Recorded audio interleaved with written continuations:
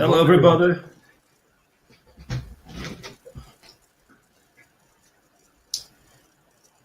So, guys, we have a small problem. We have Mr. Michael on the line. However, he's been trying to access the webinar. So, respectfully, are you okay to wait a couple more minutes, 5 up to 10 minutes, to see it if he will show up? I would really appreciate that. Okay.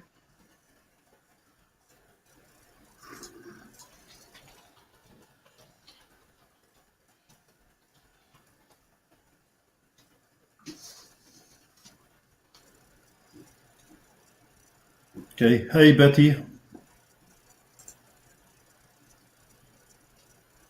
Can you introduce each other? If you do not mind, at least tell your name. I would really appreciate. While we waiting for Michael. Hey, Mark. Hey, Joe. Hey guys, welcome. Okay. Joys of computers. Yeah, here we go.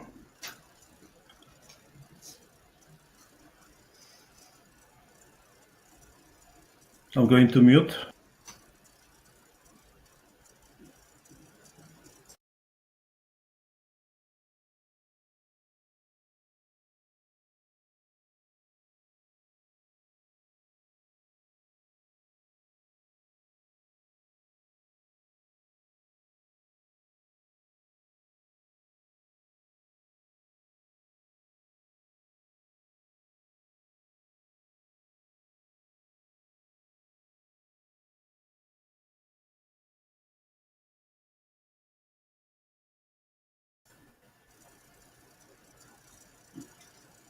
Hey Tim, morning to you too, Betty.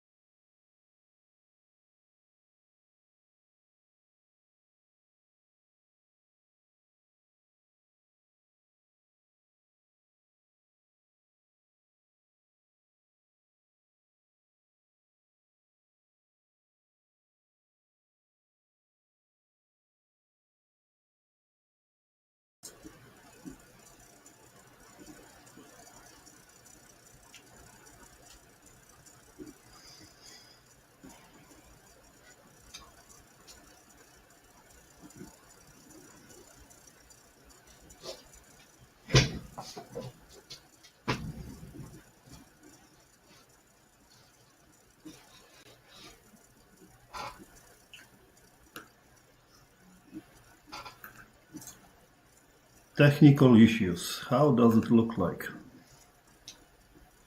Yeah, they're unfortunate, that's for sure. Okay. So, guys, please accept our apologies. What we are going to do it is Mr. Michael has some issues with the computer is rebooting by itself, and he had the problems with the Wi-Fi connection, internet connection. So, what we are going to do it is we have been waiting for 13, 14 minutes. So what we are going to do it is we will going to switch the presentation, and Mr. Michael will be speaking at 2:00 Mountain Time. And I'm going to talk now with Jason Meier, replacing, unfortunately, Mr. Michael with the time frame, right? So everybody are okay about that? Can you just put it on the chat, and we will start in 2 minutes.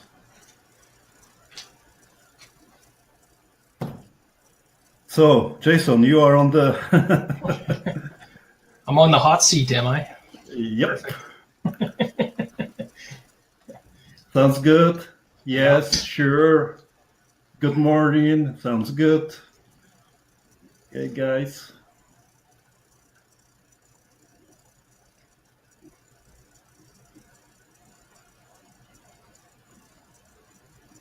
Okay. Michael, thank you. Betty, Joe, Juan, Christian, Shona, Tim, Juan. Okay, perfect. One more minute and we will start. Oh, wait, I think I'm having technical difficulties. Oh, teasing.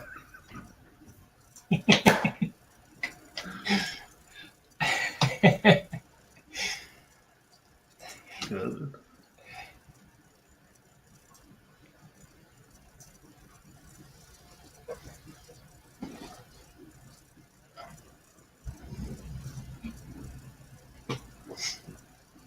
Okay.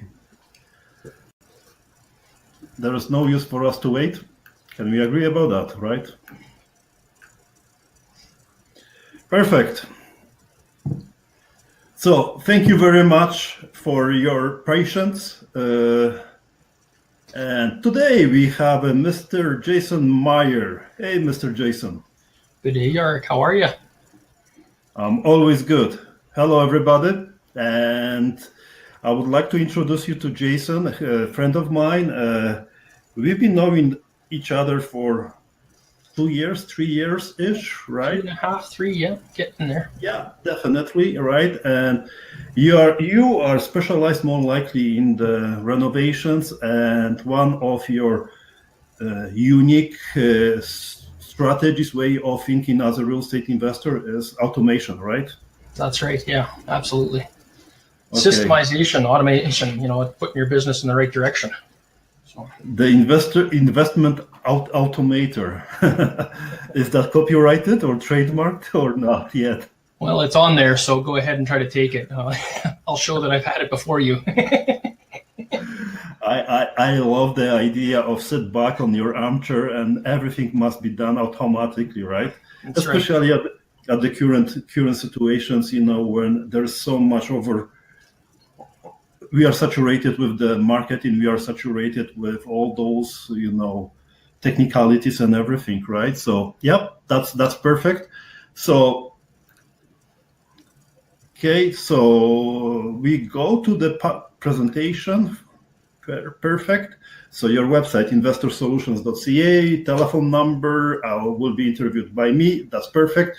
So tell me, Jason, why real estate? What make you start doing real estate? Well, that starts way back just out of high school. I'm going to start to date myself here. Right out of high school, I became a machinist, actually. Did that for 5 years. Became a 4th-year apprentice in machining.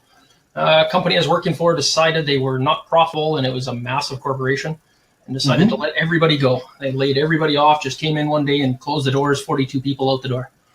So I had money sitting in the bank and didn't know what my next step was. I knew with 42 machinists running around town, it was going to be tough to find employment. So I decided to contact a realtor, and I went and bought my very first flip. Didn't know anything about flipping, didn't know anything about renovations. I just took a stab at it. Back then I had a Volkswagen Passat that I had to go buy a roof rack for. I didn't have tools, so I went out and bought the 10 kit DeWalt pack of saws and drills and stuff, and got started. Did my first house flip. Back then I bought the house for $12,500. I was on a double lot in Regina. So it goes back kind of what Shelly was saying yesterday in the hood in Regina, where she started buying houses cheap. So yeah, there was a lot of good inventory, and it was easily accessible. I mean, with $12,000, you couldn't even get a mortgage. Banks wouldn't touch it. You'd need a minimum of $20,000. So yeah, just bought my first house, put about $6,000 into it, ended up selling it for about 28, about 2.5 months later. So I made a few $1,000 on it. And after that, it was I just kind of fell in love with it. It wasn't being a machinist where everything is 10,000ths or thousandths of an inch. If I was framing, I could just slap that saw right across that 2x4 within an 1/8 inch, and it would fit as long as I hit it hard enough. So it was, it was interesting. I really enjoyed the being my own boss instead of having a boss. So I like that aspect of being an entrepreneur and starting my own company. So it was at that point that I decided right after that flip that I would start my own renovation company. My first few years were tough. It was decks and fences, doing rough carpentry, because who's going to hire a young kid right out of high school that's, in his mid-20s? So, to do big jobs. So I got started doing that. And that was the beginning right there. That was back in 2006 was my very first house flip. Congratulations. You didn't lose money on the first deal, right? Yeah. Are you lucky? Or I don't know if it was. I mean, the lady was asking. She was an old lady. She was moving to a retirement home. I think she was asking 17 for it, and I just threw an offer at 12.5, and she accepted. So I had a line of credit and the money, and I just bought it in full and did my thing. So yeah, I would say I was lucky, but my risk was minimal too. So back then. Whatever makes sense, right? So congratulations, right? Because I wasn't that lucky at the first of the journey, right? So, yeah, okay, good. So what made you continue with the real estate, right? So it was honestly the continuation of real estate was over the next 11 years I just continued to between renovating clients' houses and flipping houses as, deals came around, because I really didn't know how to market or build that business. It was, just a passion. I just kept doing renovations and building a company. I ended up building my renovation company up to doing $1.3 million a year in sales. So, we were making good money. All I was waiting was opportunity. I'd hear through the grapevine that, someone was going through a divorce, and they'd know that I'd be looking for, deals. So I'd go and make an offer to go look at the properties. And it just continued to snowball from there, just growing. But then I came to a plateau where I knew that I didn't know enough.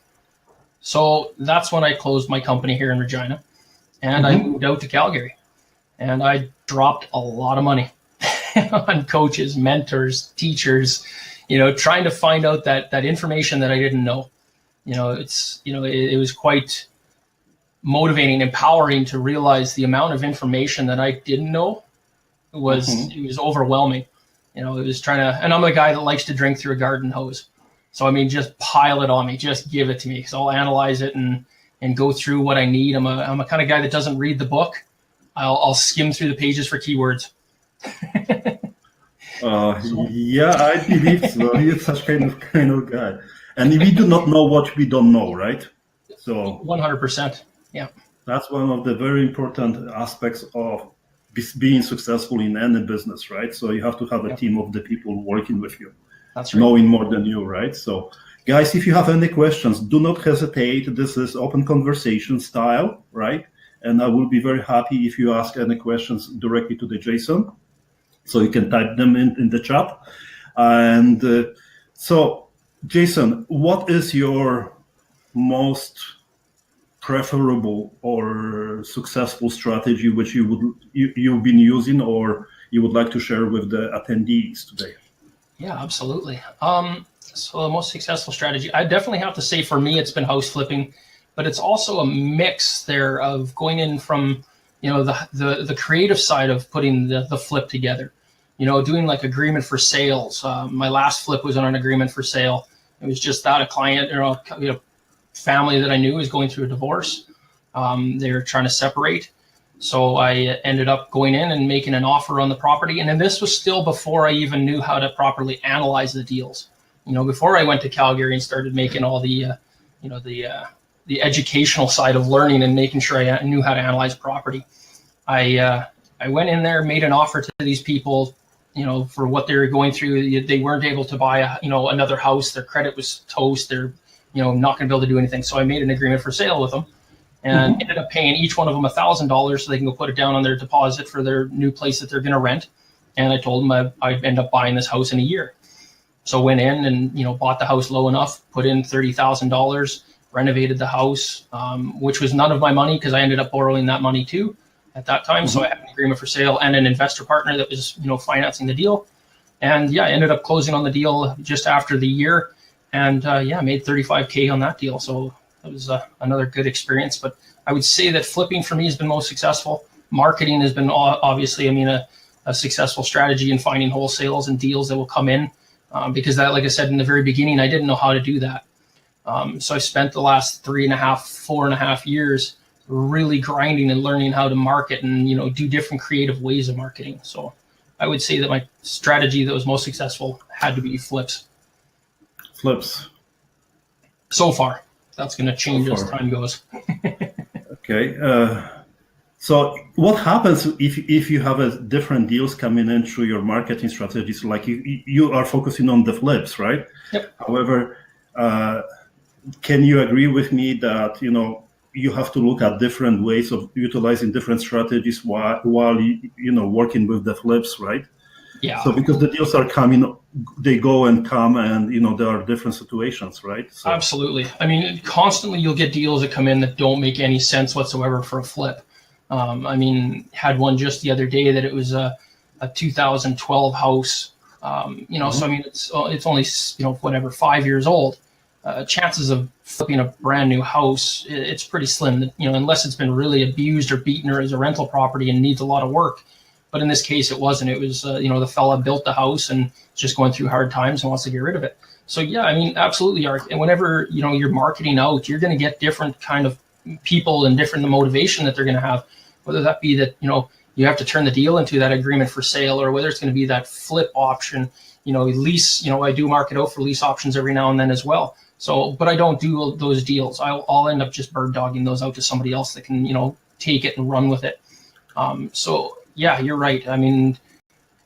Just doing flips isn't going to be the answer. You need to be able to, analyze deals in different directions, and from there you'll be able to, either bird dog it, handle it yourself, and analyze the deal, wholesale it, something with it. There's always a deal, even if that deal is sending it off to a realtor because the person wants fair market value, right? Yeah, every telephone conversation should make some money or should, benefit someone, right? Within the circle of influence, right? Okay, so we have one question from Juan. Jason, you did your first flip with your own money. What is the best way to do it? What is the best way to flip using finance option, which you recommended? Okay, yeah, so my first flip, as I mentioned, the price was fairly low. I bought the house for $12,500, put 6,000 or 7,000 tops into it. Mm-hmm. Yeah. So it wasn't a lot of money. I bought the house outright. So if you're going to get into financing and things like that, there's two different obvious ways you can go at it. You could buy it for your 5% down and live in the property and do your renovation. That's going to be your cheapest way to get a hold of the property and secure it. Obviously, if you're going to do it as an investment, you're going to be in it for 20%, potentially more, but 20% typically. So, obviously private money is the best way to go in a flip, in my opinion. But not saying that you can't go with a conventional mortgage and then hard money lender if you need to for doing the the actual renovation side.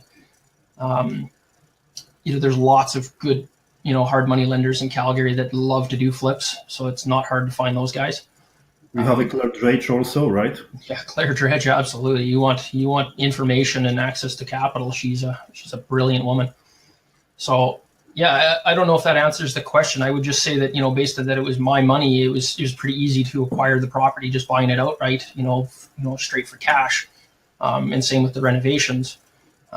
There's very little for a carrying cost when you own the property outright. So, I mean, if you're, in my case, I didn't have a mortgage. I just had taxes and insurance to cover and my utilities during the time of renovation. So it was pretty easy to do that deal. But yeah, I mean, there's tons of options if you know how to analyze your deals, to use hard money or, private money, I guess, to fund and finance your deals. Juan, did you get the answer, or you have a follow-up question?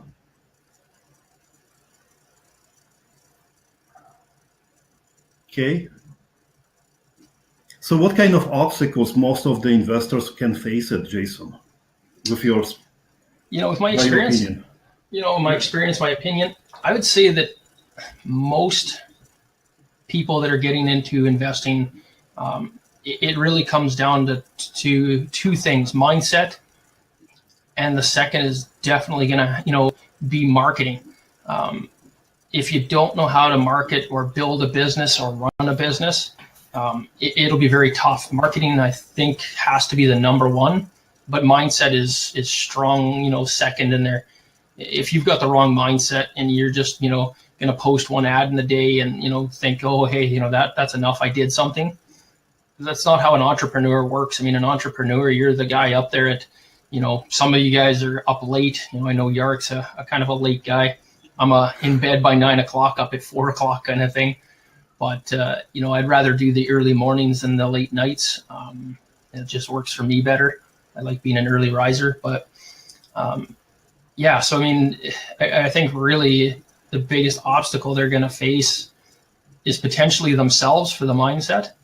And marketing. If you don't know how to market, there's so many great videos and things out there to help you get through that. Or this guy that I'm speaking to right now, Yark. Just to let you know, I don't sleep much. Yeah, well, you have to get some more sleeping pills in you or something. Oh, I don't like pills. I don't blame you. I don't believe in it, right? If you have a good set it up mindset, you can fall asleep like crazy. But yep. Sometimes sleepless nights are happening, right? Because you are so excited about doing the deals, right? Absolutely. So if you were to tell, people to read one book, what would be? What kind of book you would recommend? Tell me. So I just reached back to my small collection of books. I'm usually an audiobook guy. But for me, my coach, I came from being a contractor of 11 years. As I mentioned, and my mindset was completely in the wrong place. I was a very much what's in it for me kind of guy. And that was such a tough mindset when I sat down with my first mentor in real estate. My wife actually, after the meeting, turned to me and she says, were you about to hit him? I said, nope, but I was very close. I was pissed, for lack of a better word, at the way he was pushing my buttons. And that's because I was used to being a hard ass, used to being a contractor. So the book that I would recommend to everybody is The Go-Giver. It's a book that will teach you more or less that the more you give and help others, the more you're going to get in return. So it was a real mind shift for me. I've probably listened to the book on audio. There's actually 3 different books. It starts there. And then there's The Go-Giver Gets More and a few others that they add on. I've probably listened to it 12 times because every time I listen to it, I catch something else, or it just reinstills some of the original values that I actually wanted in my life. So that book was, thanks, Christian. You're right. It's an absolute awesome book. So that would be the book I'd recommend to people. Okay. I never read it. Well, God, there's your new bucket list for the month. Yeah, but okay, something to consider, definitely, right? But without even reading that book, we are givers like crazy, Oh are we? yeah, you're given. Absolutely, you are. Okay. So you are consider yourself as an investment automator, right? Yep. Tell what do you mean by that? What that portrays to the real estate? So yeah, the investment automator came in right after I started taking a lot of my courses, and I took the Rich Dad courses, spent too much money. Don't get me wrong, the content was good. I just felt like at the end of it, I was hung out to dry. And I mean that in the sense that it's like any school, and that's what they are. They're a school. They're an educator. They're there to teach you the content of strategies and different things to do, but they're not there to babysit you and help you build your business. So once you're done with paying these guys tens of thousands of dollars, it's on you. I mean, yeah, you've got a coach and a mentor, but what's he going to do? He's going to just tell you, well, start posting ads. Start, because I'll tell you a short story. Even when I was with my mentor, I'm very much a guy that likes to outsource things, VAs. So when we were sitting there with my coach or my mentor, he turned to me and he says, "Hey, I want you to post some ads so that tomorrow we can start analyzing some deals. Hopefully, you'll get some leads." So I got on my phone and I sent a quick message to my VA, "Start posting ads." And I put my phone back down. I said, "Okay, now what do you want to do, Mr. Mentor?" Mr. Mentor, and he's so, "Well, no, I want you to post the ads." I said, "No, I'm a business owner. I delegate. I give that out to somebody else. That's their job, not mine." So he didn't like that, and that was part of the confrontation, is that he didn't like my management style and the way I ran my business, but I run my business like a business, and there's things that are better for other people. So the automation side, like I said, after the education side, I lost, and that a connection where they just drop you off out of school and you got to hit the real world and build a business. Well, I've built $1 million plus business in renovations, but when it came to starting and building a business, in investing in real estate, I didn't know where to go. I just felt absolutely lost. So, and then with that, they started giving a lot of these Excel spreadsheets. Like here's this, analyze your deals, manage your business on this. And I'm like, holy, are you kidding me? What kind of world are we living in that we're running everything off Excel spreadsheets? We're in a technology-driven world that we've advanced so much further than 2000, Excel spreadsheets.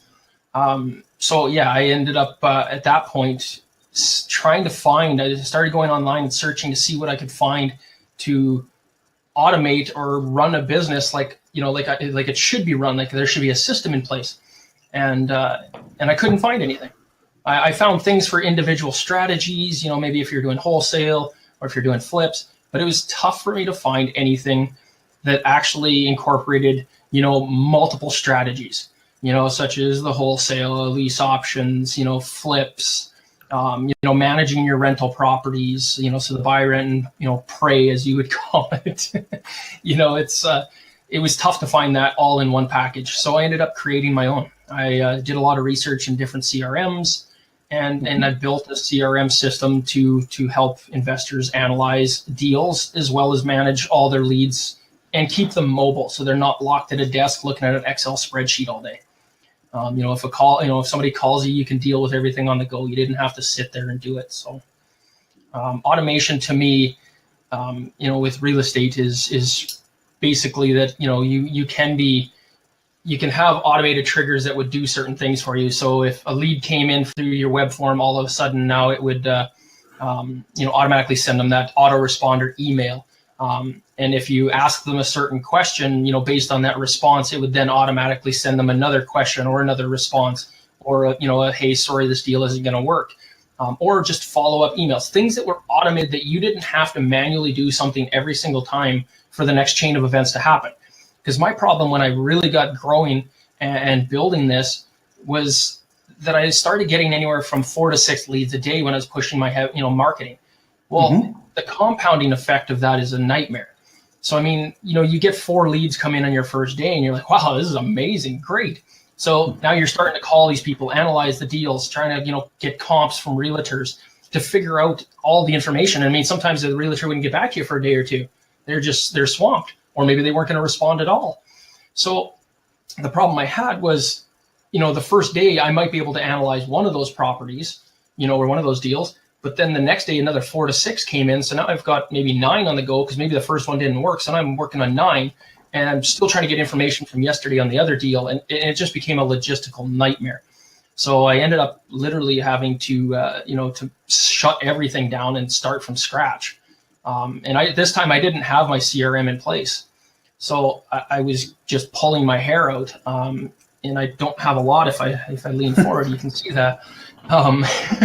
So, it ended up that the CRM came in out of necessity, just based on my ability to learn how to market and get the volume of leads coming in. I needed a system in place that could handle what I was able to receive. Something that automated, like I could put this guy into a certain category and it would automatically follow up with him if he didn't answer my phone call.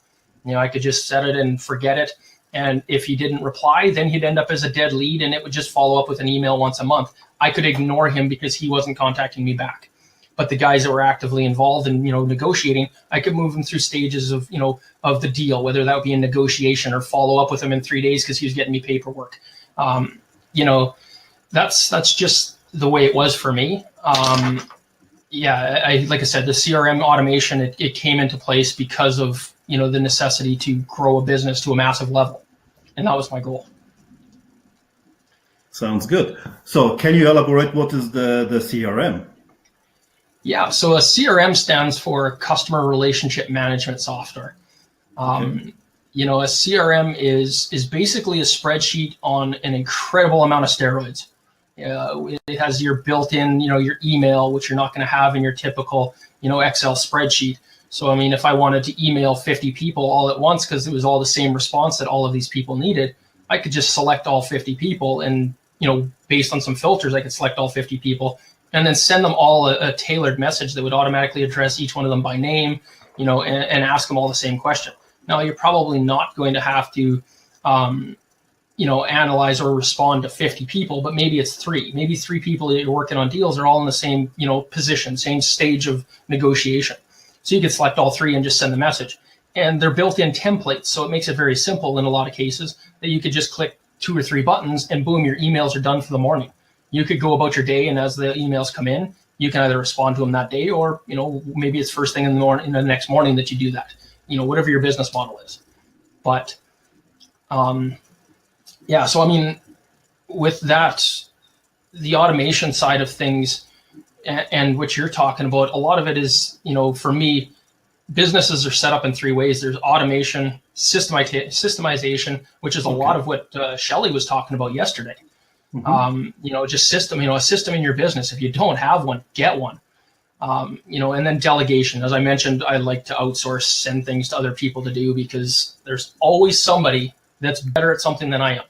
What I'm good at, I focus on and put, in work on, to make myself better. Like marketing, I knew that I could be good at marketing. I just didn't know how to market. So once I got into it, it became more of a passion and something that I enjoyed doing.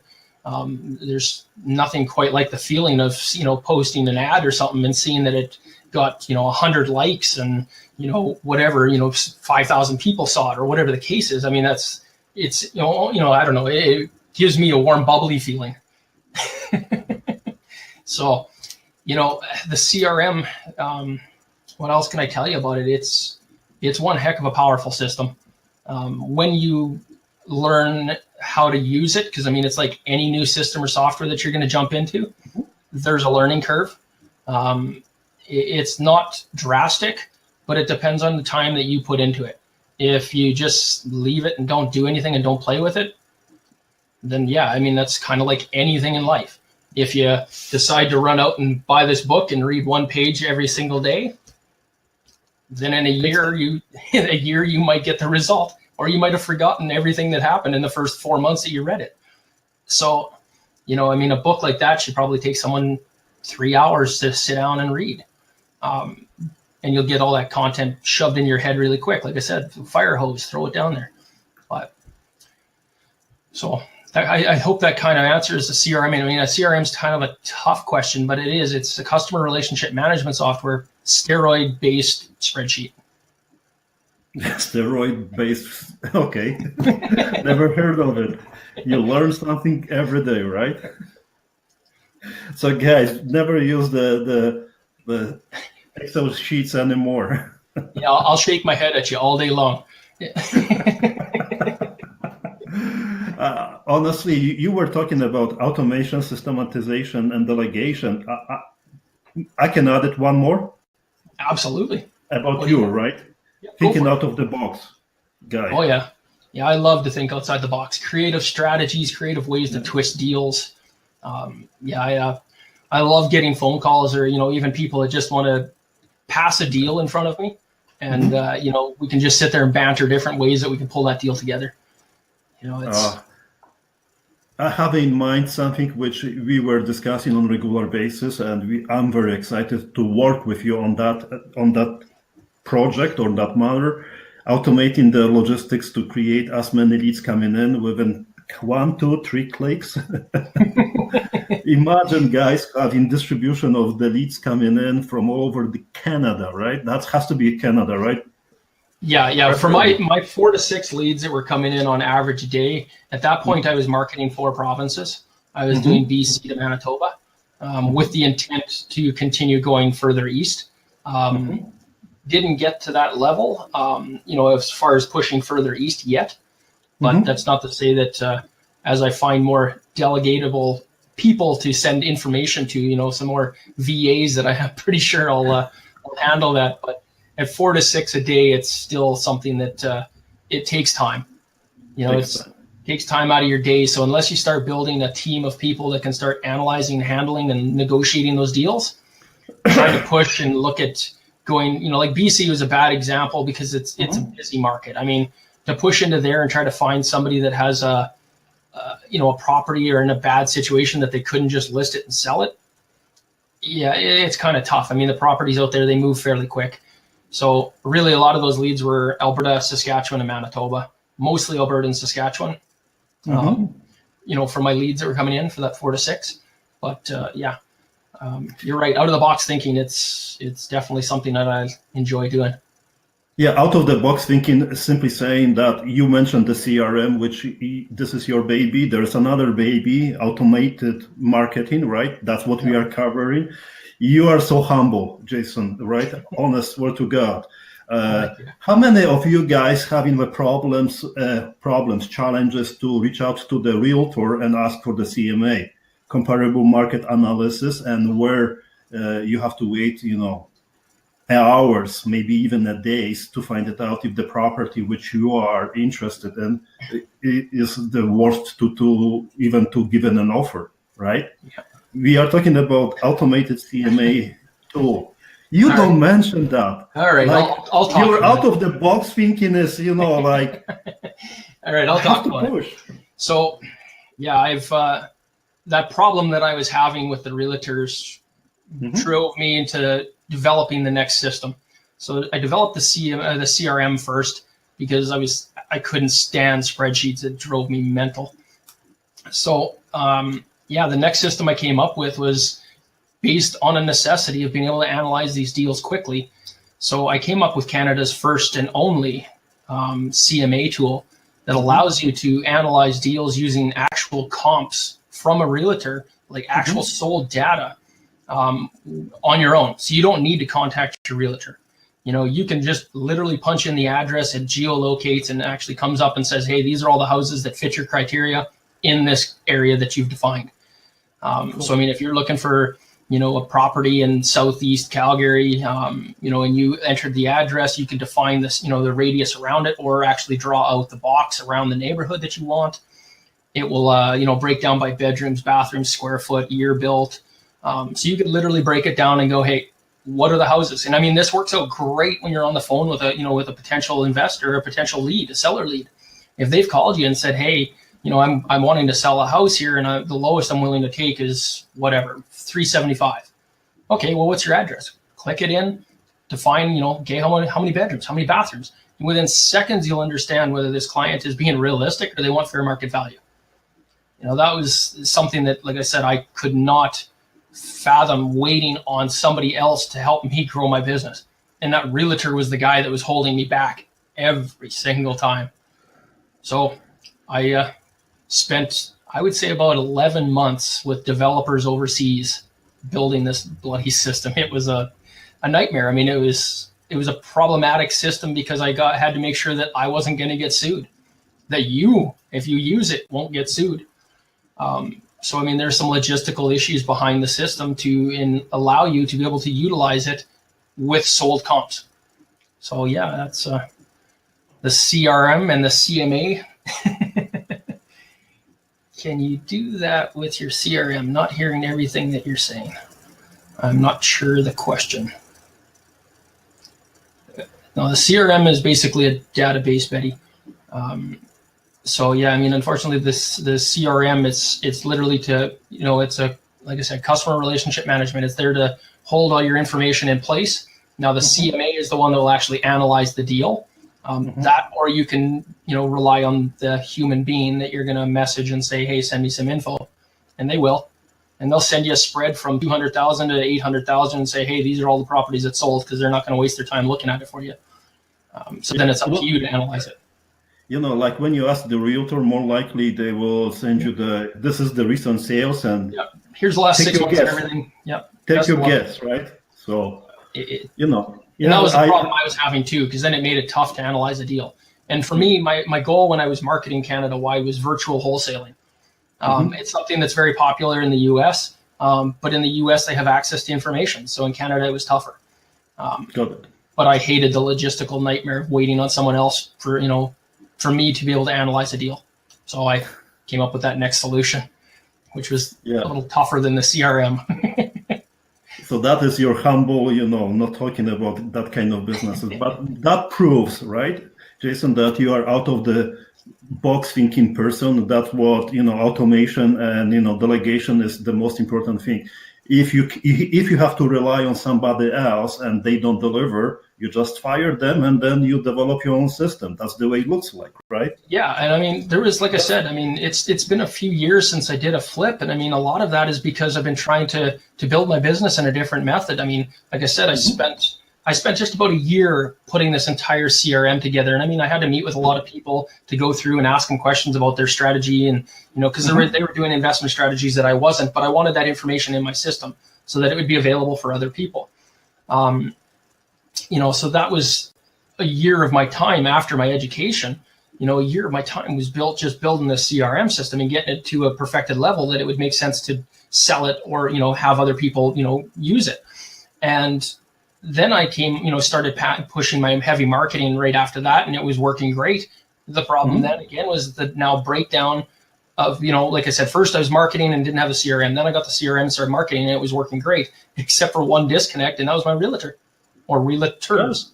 So I came up with another system. I hit another roadblock in business that I had to overcome. I didn't give up. I didn't go, holy crap, these realtors are just going to screw me for the rest of my life and I'll never make money. I had to come up with a better answer, and it was tough, but I did it. Okay, so there is a Christian asking about the costs and everything. We are not going to cover that, but please contact Jason on the website, which is on the PowerPoint, and Jason will be happy to answer all the questions, right? Yeah, absolutely. Yeah, information is there. Absolutely. Yeah, the information is, we are not selling any products, guys. We are just chit-chatting and introducing, the most successful Canadian real estate investors, in our opinion, and they're sharing the secrets, right? So that's the principal goal of today's entire workshop, right? So that's what I want to emphasize. And Joe, you are more likely have a chance to ask a question directly. Can you unmute yourself? Click on that icon, mic, on the top and start talking.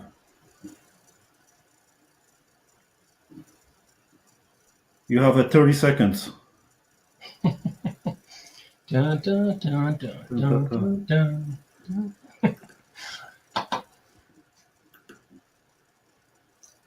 You are already a speaker. You just click on the icon with mic. Okay. So Joe is asking, were you able to bring on your money partner based on the profits from your first flip, or through your meetings, marketing? Through my marketing. Yeah. So, my first flip, that was something that was done by, I guess, just the sheer entertainment of trying to do something new. I went from being a machinist to going, what am I going to do for a living? And I tried something different. I took a gamble, and that one paid off. But no, I would say that then from there on, I've never actually shown my portfolio to another investor, even though I've got it. I've never really shown it to another investor in order to get them to come into the deal. So I wouldn't say that it was based on my first flip or through any marketing.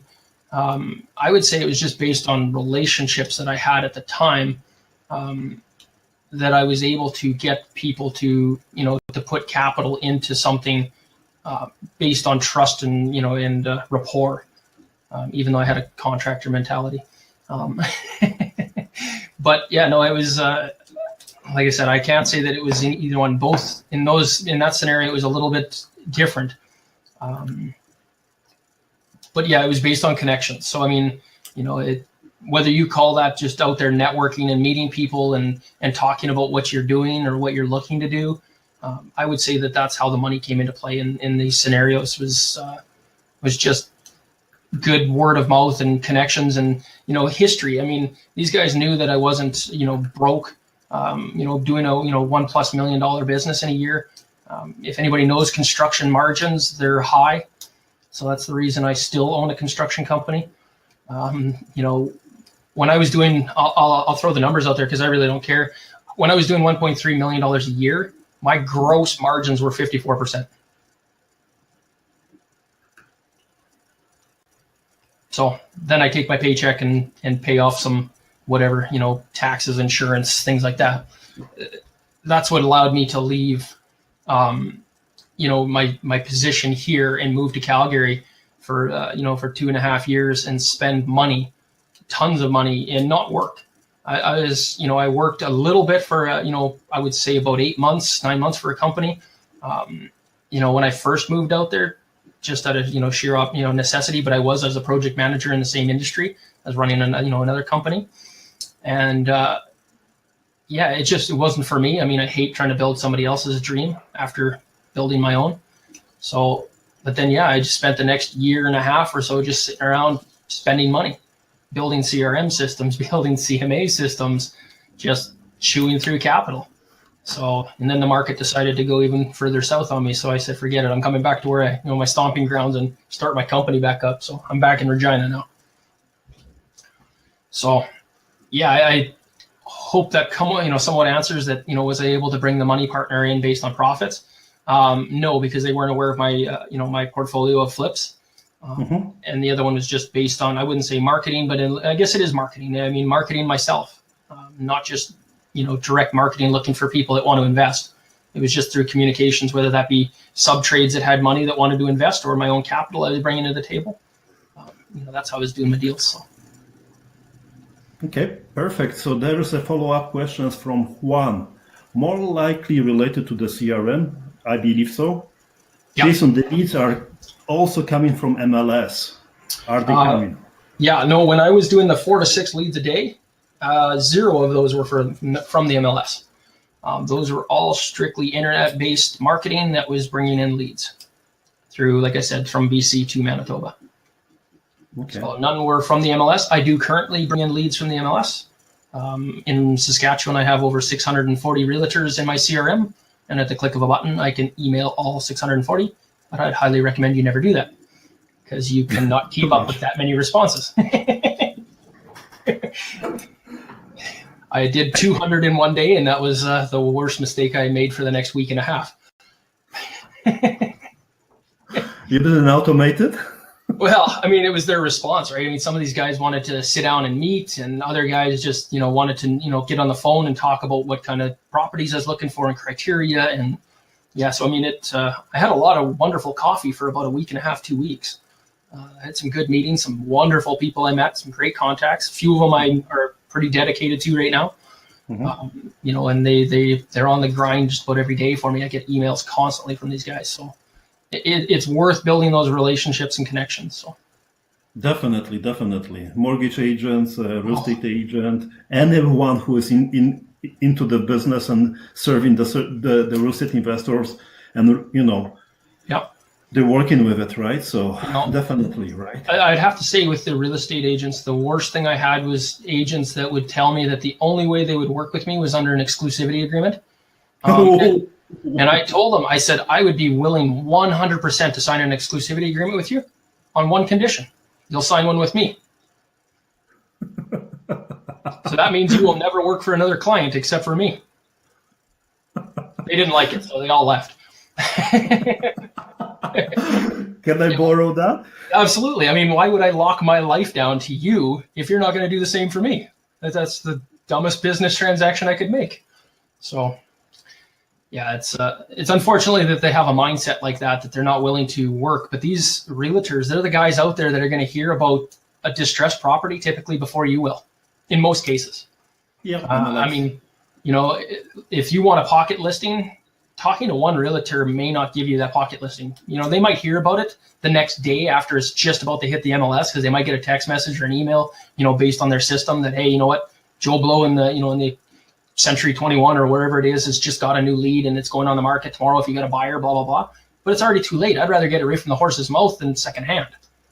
Definitely. That's one of the most powerful strategies, to be honest with you, because Absolutely. if somebody are selling from different sources, it's crazy.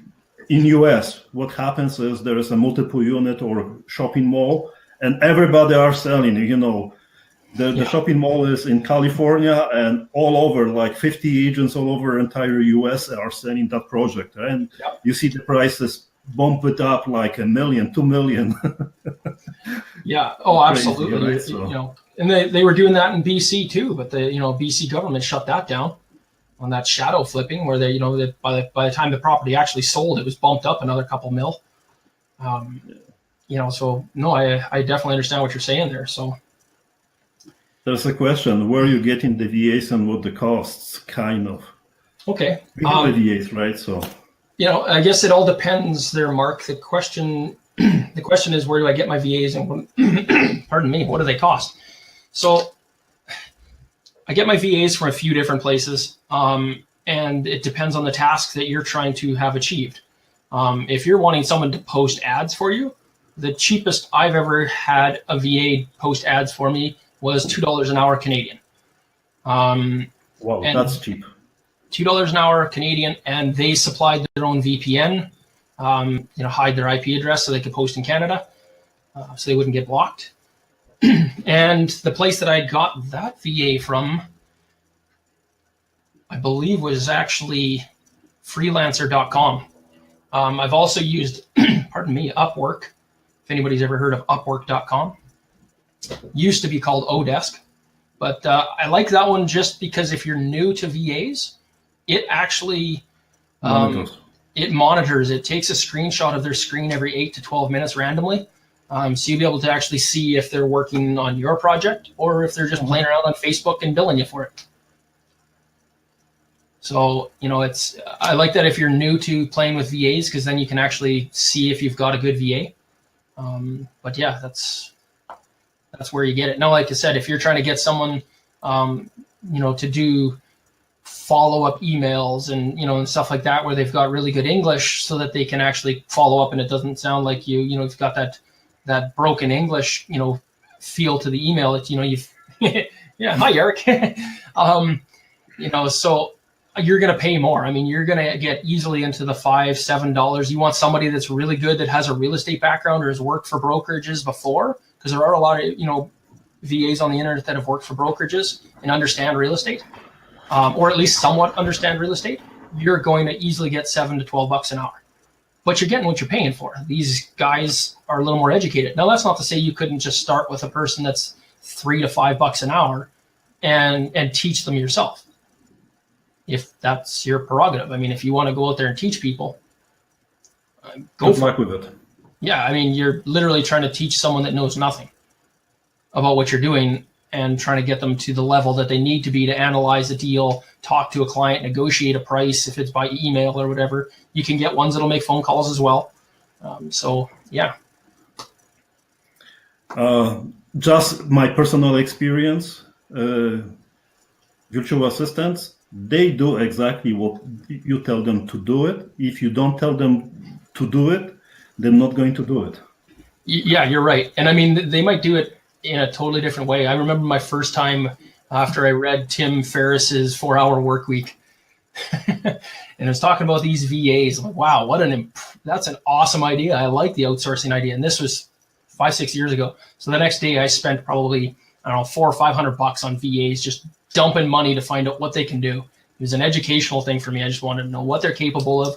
So I've had them going out to, I would pick a product in Canada that was popular, whether that be like a Milwaukee tool set or something. And I would tell them, this is what I want. I want you to go and source this in China for someone that's making these products or knockoffs or whatever. I want you to source it. I want you to get a quote from them. I want you to get the shipping cost to my door, and I want it per item. Then I want you to go on the internet and find, the top 10 online sellers that are selling this product. I want you to get their pricing from each one of them. And I want you to put it on a spreadsheet to break it down on what my profit margin is going to be per item, landed, shipped, sold, everything else. And I got it. It was fabulous information. But I should have been a little bit smarter on how many hours I told them to do that in. I just let them go instead of telling them that, hey, you know what, in 5 hours, I want you to get started. I want you to do these tasks. In 5 hours, report back to me so I can make sure you're on the right track. No, I just let them go free willy. And yeah, they took what I gave them. I didn't give clear enough direction. I got what I paid for. I gave bad information, and that's what I got. Many times what the VAs are doing, they have agents, and the agents, they get in the card and they distribute to many other people, and you pay into the agency, right? And other ones, VAs, what they do is they take a task for 15 minutes and 10 minutes, and they charge you for an hour, right? So you have to have a lot of knowledge about how to work with the VAs, right? So definitely real estate knowledgeable and familiar with the aspect of real estate investing VAs, they cost more, but that's what you get in for, right? Absolutely. Simple as that. I've been working with my VAs for 15 years, 14 years. So. Sucker for punishment. And still having some challenges on a regular basis, right? So like we just said, right? Like we just said, though, I mean, that's exactly it, though, these people aren't, you can get people over there that are, equivalent to Harvard, business degrees. You're going to pay them 25, which is still way cheaper than you're going to ever get one here. You're going to be paying them $60, $70, $80 an hour if you're going to try to hire somebody, to do, work for you. So, to hire somebody out there, it's a lot cheaper, whether that be the Philippines or India or wherever that you're outsourcing. There are a lot of good options to get quality people and at a cheaper price than you would pay here, but still expect to pay for what you're getting. If you're paying $2 an hour, expect to be redirecting them constantly. It's my experience so far. I am quiet and nodding all the time, right? So during your conversation, you have mentioned MAO. What that stands for? The Mayo. So Mayo, Mayo it's part of the CRM now. Well, it's not originally part of the CRM. Now Mayo actually stands for Maximum Allowable Offer. And this one grinds my gears so bloody bad when I hear mentors and coaches teaching people that do house flips or wholesaling when they're teaching the 70% rule. The 70% rule is the worst investment advice you'll ever get. That's when somebody's telling you that, you have to go and find a deal that's at 70 cents on the dollar or a 30% discount from fair market value, and then minus your renovation costs. And that 30% is supposed to be your buffer. That buffer to cover all your closing costs, covers your profit, your investor's profit, so it covers all your expenses. Well, I'm sorry, but 30% based on what? Is that based on a $50,000 deal? $100,000? $1 million? try to go and find someone that's going to give you, $1 million property for $300,000 less the renovations on top of that. I mean, I'm not saying it's impossible. I mean, it is definitely possible. But if that's how you're basing your numbers, is just on a guesstimated number of 30% instead of a hard figure and actually analyzing what your expenses are going to be, you're literally throwing to the wind caution and just saying, hey, okay, 30%. That's a good buffer. I should be okay. No, so Mayo, it's the maximum allowable offer. And this is a system that's built into my CRM system that when you enter in the price that that you're going to be able to buy that property for, you enter in your renovation costs, how many months it's going to take you to flip the deal, interest rates on your mortgage, what your mortgage property is, how much your down payment is. When you enter these pieces of information, it automatically comes out and calculates your maximum allowable offer. If you pay a penny more than that, you're going to lose money. Now, I'm not saying that's what you have to buy it for, but I'm saying that that's the maximum that you should ever pay for it. Now, if you could get it for another $40,000 below market, fabulous. You make an even bigger profit margin. But it's if you don't know your numbers, your entire business model is based on gambling. And I mean, I hope to heck it's not your investors' money that you're gambling with. I hope it's your money, because I would honestly hate to see you out there spending investors' money on an educated 30% guess that somebody told you to use as a figure. It just doesn't make sense. If you don't know your actual numbers, you shouldn't be investing. That's just my strong opinion. Like I said, when I hear people telling me about the 70%, I just shake my head, because you're gambling. If you open up the walls and you don't have any contingency in there, and you open up the walls on something and you got knob and tube, and you're in it for another 20K, it's going to hurt. Someone's going to get messed up pretty quick. Either your profit margin, hopefully, but your investors might be in there too. And it's just because you didn't know what you're doing. So, I mean, if, like I said, it's got contingencies and everything in there for additional floats in the Mayo system. So, but Mayo stands for maximum allowable offer. And there's always the caveat, right? There's got to be. I mean, like I said, though, is if you've got in there for, hey, I'm going to make $25,000 of a profit margin on this, my investors, it calculates the investor's profit margin and puts that into there as well.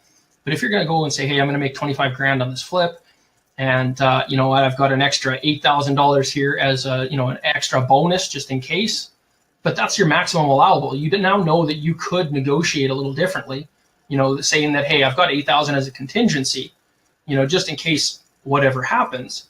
But it's one of those things that, the 8,000 is your buffer, right? So, I mean, if you had a 250 maximum allowable offer, that you could actually go to 258. But if something jumps up, it's going to bite you. It's coming out of your profit margin, unless you're splitting 50-50 with a JV partner, not just paying them an interest rate. But so. Perfect. So what kind of mistakes most of the investors, in your personal opinion, are making, and how to avoid them? Okay. Yeah, so I would say... That's a topic for an entire 10 hours conversation. That's a big topic. I would definitely say, though, the Mayo is a big one for me. But marketing, I don't even know if marketing is a big mistake. I just think if it's a mistake, the only reason it's a mistake is that they're not doing enough of it. They're not learning about it. They're not doing it. They're just expecting it to happen. They're expecting leads to just show up at their door and magically close on their own. I would think that the biggest mistake they're making, and how to avoid them. Yeah, I would have to revert back to Shelley here again. You know what? Honestly, Shelley was saying yesterday, due diligence. If you're not doing due diligence on your deals, whether that be on the maximum allowable offer or whether that be on your business partners that you're bringing into it, I think that's going to be one of the biggest ones that is going to hurt you. Analyzing your deals properly, your due diligence. If you're just running into the deal and going, holy crap, good deal, sign the papers. Okay, well, I hope it was a good deal.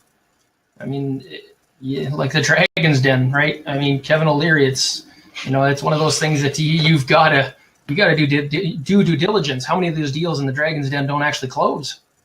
Because once it gets into due diligence, they're like, holy man, this is a terrible idea. The business model's flawed. I'm out. Right. So, I mean, it's definitely, I would say, do your due diligence, because going to take you some time. Build a system. But it's nice to watch those programs to see how other people are thinking, right? Yeah, it's nice to watch somebody's dreams fall apart. Yeah. also. And like honestly, the mistakes are you do not know what you do not know. You're right. What you don't know. Yeah. Exactly. Yeah. Build a system. I mean, for me being the investment automator, it's one of those things that if you're not putting a system in place, then you're literally planning to fail. Because a business is a system. And if your system is, let me call you back, Mr. Seller, at 4 p.m. when I get home, I got to log onto my computer and open up my spreadsheet because that's how I run my business. Then you're not ready for today's technology and what's going on analyzing deals and putting them together quickly. You're going to be spending way more time than you need to analyze deals because you're going to be sitting there back and forth and, oh crap, I forgot to text that guy and it was email that guy or call that guy because you don't have them in one place where you can be mobile at all times. I could be sitting on a beach in Tulum, Mexico right now and still analyze and do every one of my deals because everything I have is mobile. All I need is an internet connection. So guys, that's the way of thinking. Creative real estate investing. Simple as that. So let's wrap it up, and I will ask you last question. Sounds good? Sure. So share some of your strategies, marketing systems, how you utilize them. Ooh, going for the big question. So share your knowledge. Marketing is in multiple different directions. I mentioned I got 640 realtors that are in the Saskatchewan area that I'm in. That's one of these things where I get a hold of a VA and I get them to do some data scraping. That the virtual assistants out there, scraping the internet and pulling all these contacts off the internet, getting me their phone numbers or emails, the companies they work for. There's lots of sites, even like 411, if you're looking for contractors or looking for mortgage brokers, lots of these sites have a huge database of all these people you can call. Well, if you get a hold of a VA that knows how to do data scraping, you can get them to scrape all that information into a spreadsheet, but then I take and import that into my CRM system so that I can contact these people and keep track of all my contacts. The last time I talked to them, that's all in there. So, if you're looking at it and going, oh, well, heck, I haven't talked to this person in a month, or maybe you just set it up that automatically, in the CRM, it automatically triggers. After 30 days, it sends you a reminder to follow up with somebody or automatically sends them an email saying, hey, we haven't talked in a while. Whatever the case is, I try to utilize systems and automation to help me stay on track because as you're trying to grow and scale a business, your time becomes a factor, right? A lot of people that are getting into real estate investing still have a day job. Well, if you're going to sit there and spend an hour and a half all day trying to, phone and email and call people and, or text people or whatever your case is, it's going to kill you. So marketing systems, I use data scraping. I have a program that I use for scraping. I'm not even going to say scraping. I have another program I'm going to talk about then for automatically posting to Kijiji, Craigslist, and another one, but it's not really used in Canada, so I'll leave it out. So this system, when programmed properly, will automatically post ads on Kijiji. And this is what has allowed me to post over 2,500 ads a month over 4 provinces. It's a very complex system, but it does allow you, like I said, to post these ads. It changes the picture. So, Kijiji's got a pretty tough algorithm to crack. They're very good at blocking people out. So this system actually creates a new email address every single time it posts. And when you do that, then Kijiji sends you an email stating that, hey, new account made, blah, blah, blah. This system actually goes to my email address, activates the activation link, allows me to post my ad. It changes the picture size, so the size, the SKU, the file name, so that Kijiji doesn't constantly keep saying the same picture, on there, and that it doesn't block it because of that reason. Changes the content in the ads. The ads have some rotation pieces in it that actually move words around and change words. Changes the title of it. even weird things like in my phone numbers and that, normally you'd have like a dash between your area code and your phone number. This will change it from a dash to a star to maybe a heart or something else. It constantly changes it so that in a code it's actually a different format. So it's not catching on to what I'm doing. Like I said, it's a system that's got a lot of twisting and going on.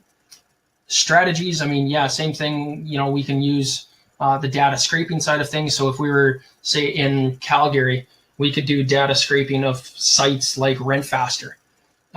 So if you're looking for landlords that might want additional properties per se, we could go on to RentFaster, scrape all the data, which is a lot of phone numbers on there, and actually send people text messages, asking them, maybe if they're just interested in looking at, buying additional properties. You found them on RentFaster and, you got some properties you want to unload. Maybe they want to purchase that way, or maybe you want to see if they want to sell their house. So there's different ways of going about, doing that. But I mean, the positive side of the CRM is I could take and import that. So if I scraped RentFaster and there's 7,000 phone numbers on there, I could text message 7,000 people in the matter of a minute, after I've got the list. I just click a couple buttons and boom, all of a sudden 7,000 messages. Now, I mean, same thing goes back to the messaging 600 realtors. Can you handle the response, right? So it's definitely some creative, out of the box thinking ways of trying to find and contact and communicate with people. A lot of the stuff on RentFaster, you're not going to be able to get the email addresses because they do a really good job of hiding that. But it doesn't mean that you can't get on the phone even with some of these people and just start doing some cold calling, start building some relationships with these people. It's all it's all on you and how much you want to grow and expand and blow your business up. If you want to stay small, do small things. If you want to do big things, text message 7,000 people in a week and see what happens. Done that. Yeah, I know. But that's what I'm saying is, I mean, it's all come down to you and how, if you're not happy and you think that your business isn't growing, well, look at what you're doing. I mean, if you're not putting the time in and the energy in massive volumes, don't expect a massive response or a massive, action on your side to build your business. It's something of a scale thing, right? I mean, if you don't do it, don't expect it to happen, right? Hope that answered some strategies. I don't know if there's another one that I'm being humble about. The primary goal of organizing that event, right, is very, very simple: to show that you can be successful real estate investor, that you do not know what you don't know, but you have a chance to rely on somebody else's knowledge, experience, and you build a real estate investing business per se is a people business. Can we agree about that? 100%. Okay. You are very humble about your automation, about all the thinking out of the box, about systemizing the logistics, etc. We agree about that, right? However, that's what the most important part of it is.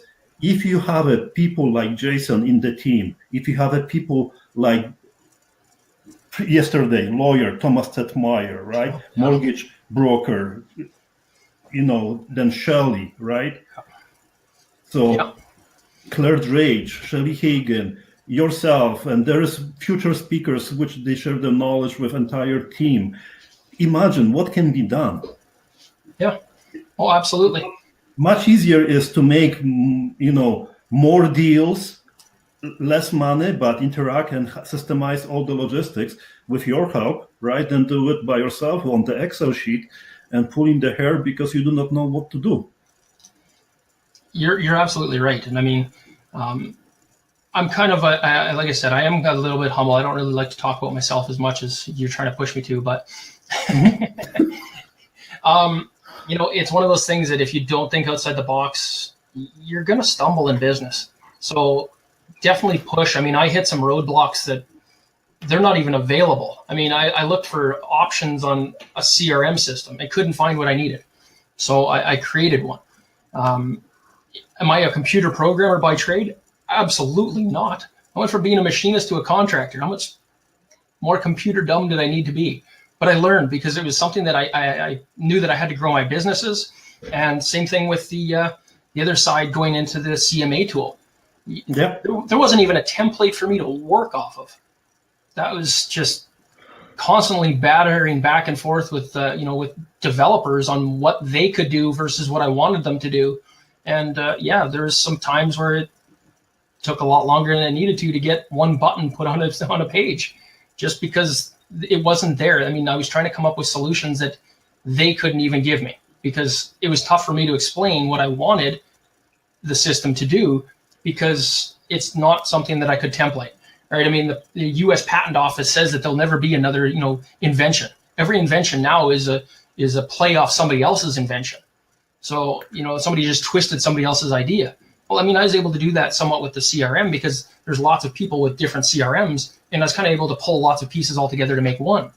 So I had some concept that I could play off of. I didn't have that for the CMA tool. That was just my passion behind it, trying to find a solution to my massive roadblock. And that was a realtor. So. Okay. So I believe that our interview is concluded. If you have any suggestions, I do really encourage everybody to reach out to Jason directly, right? This is the information. Thank you, Jason. Absolutely. I appreciate it, guys. Thanks so much. Thank you very much, and looking forward for the next presentation, and let's rock and roll. Stay tuned later. You'll get to see that Michael speaking. Hopefully. Yeah, he is on. He's good to go. Perfect. Yeah. Thanks, everyone.